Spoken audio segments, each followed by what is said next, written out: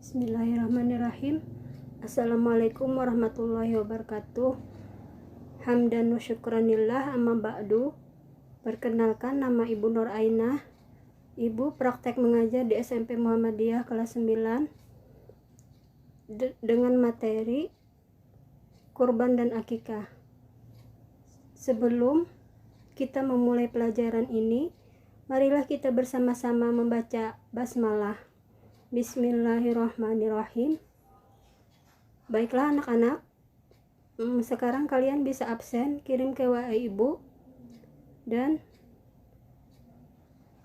materi kita sekarang tentang apa itu pengertian penyembelihan hewan.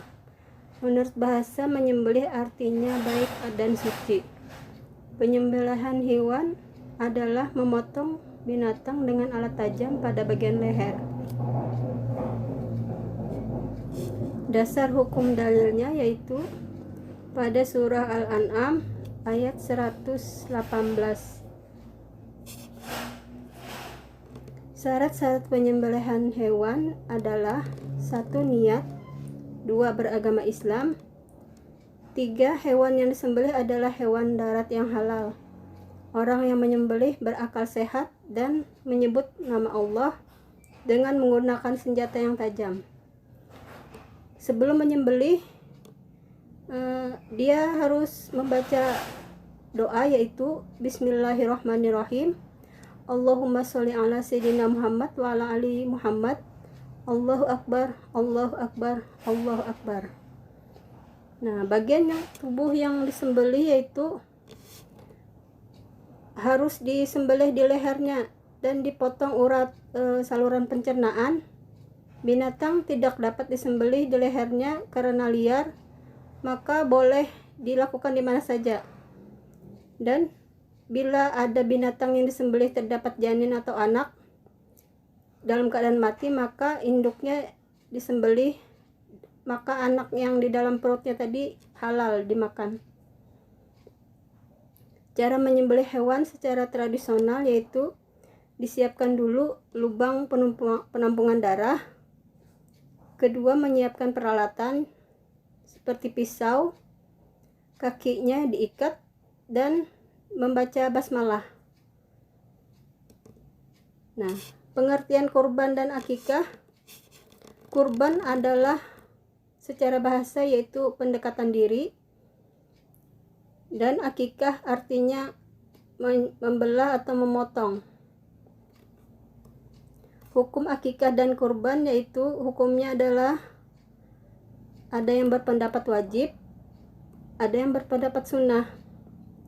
Sedangkan hukum dan sebagian hukum ulama menetapkan bahwa hukum kurban adalah sunnah muakkad. Kalau hukum akikah yaitu sunnah muakkad juga bagi orang tua. Ketentuan hewan kurban yaitu unta, sapi, kerbau, kambing, dan domba. Syaratnya tidak cacat, tidak pincang, dan tidak kurus atau tidak sakit. Menyembelih kurban pada waktu selesai sholat Idul Adha 10 Zulhijjah sampai terbenam matahari pada tanggal 13 Zulhijjah. Hikmah berkurban, bagi orang yang berkurban menambah kecintaan kepada Allah sebagai wujud rasa syukur, dan bagi yang menerima daging kurban menambah keimanan ketakwaan kepada Allah. Dalil tentang kurban yaitu pada surah Al-Kautsar, Bismillahirrahmanirrahim.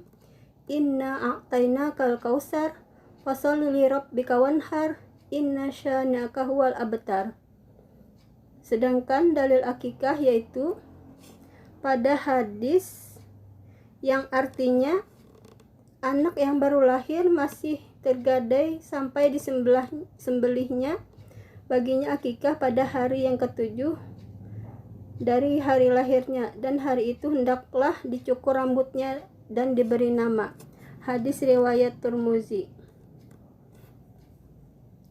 Syarat akikah yaitu binatangnya tidak cacat atau berpenyakit, hewannya bisa berupa domba yang sehat, umurnya minimal 2 tahun.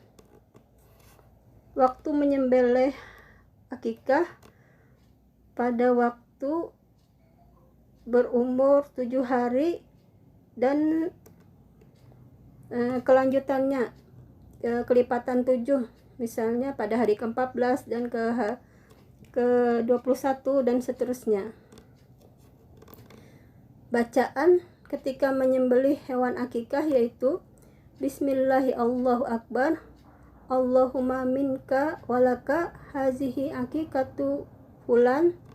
Disebutkan namanya fulan ini ya.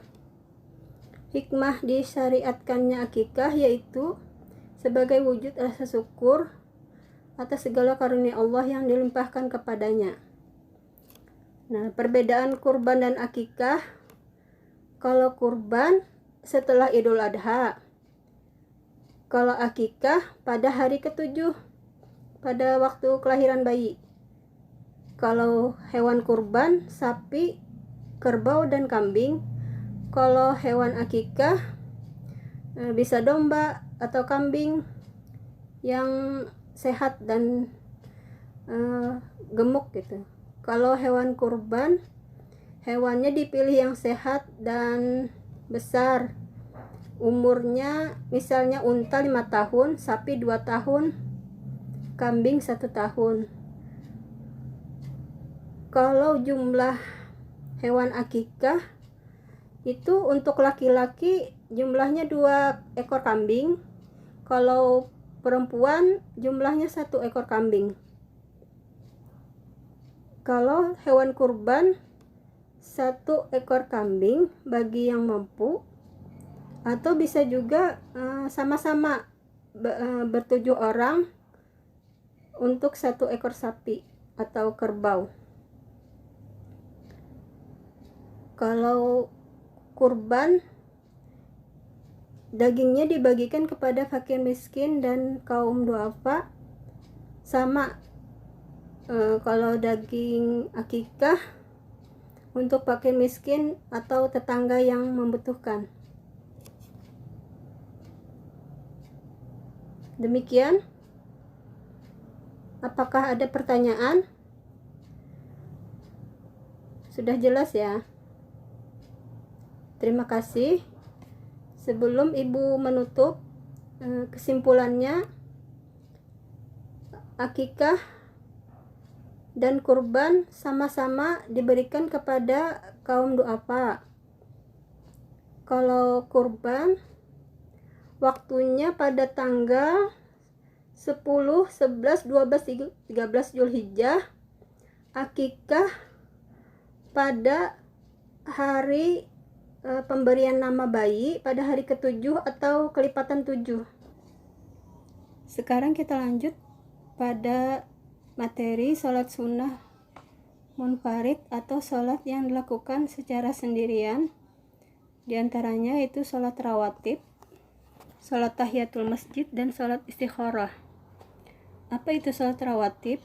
Sholat rawatib adalah sholat yang dilaksanakan mengiringi sholat fardu, terbagi 2, yaitu sholat qabliyah dan ba'diyah. Qabliyah artinya dikerjakan sebelum sholat fardu, kalau ba'diyah dikerjakan setelah sholat fardu. Sholat rawatib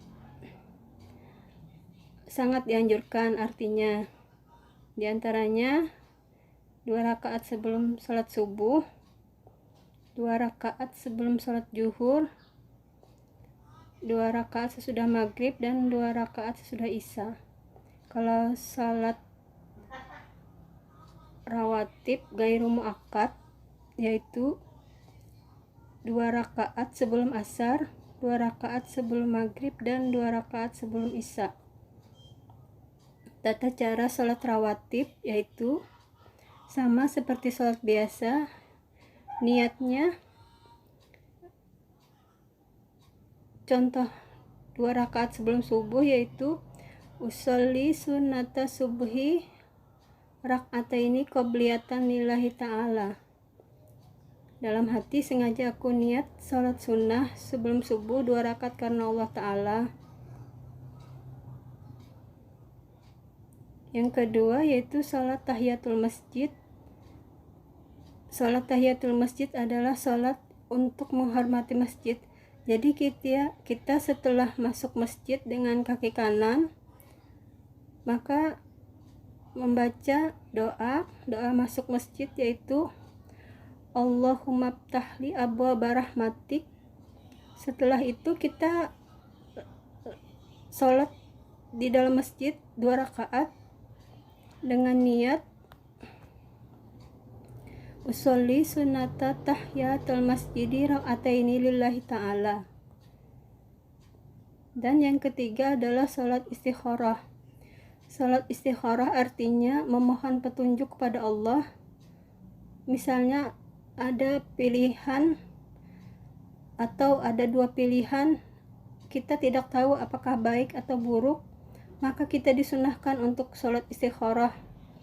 Sebaiknya dilakukan pada sepertiga malam atau waktu salat tahajud. Niatnya usolli sunnatul istikharati rak'ataini lillahi ta'ala.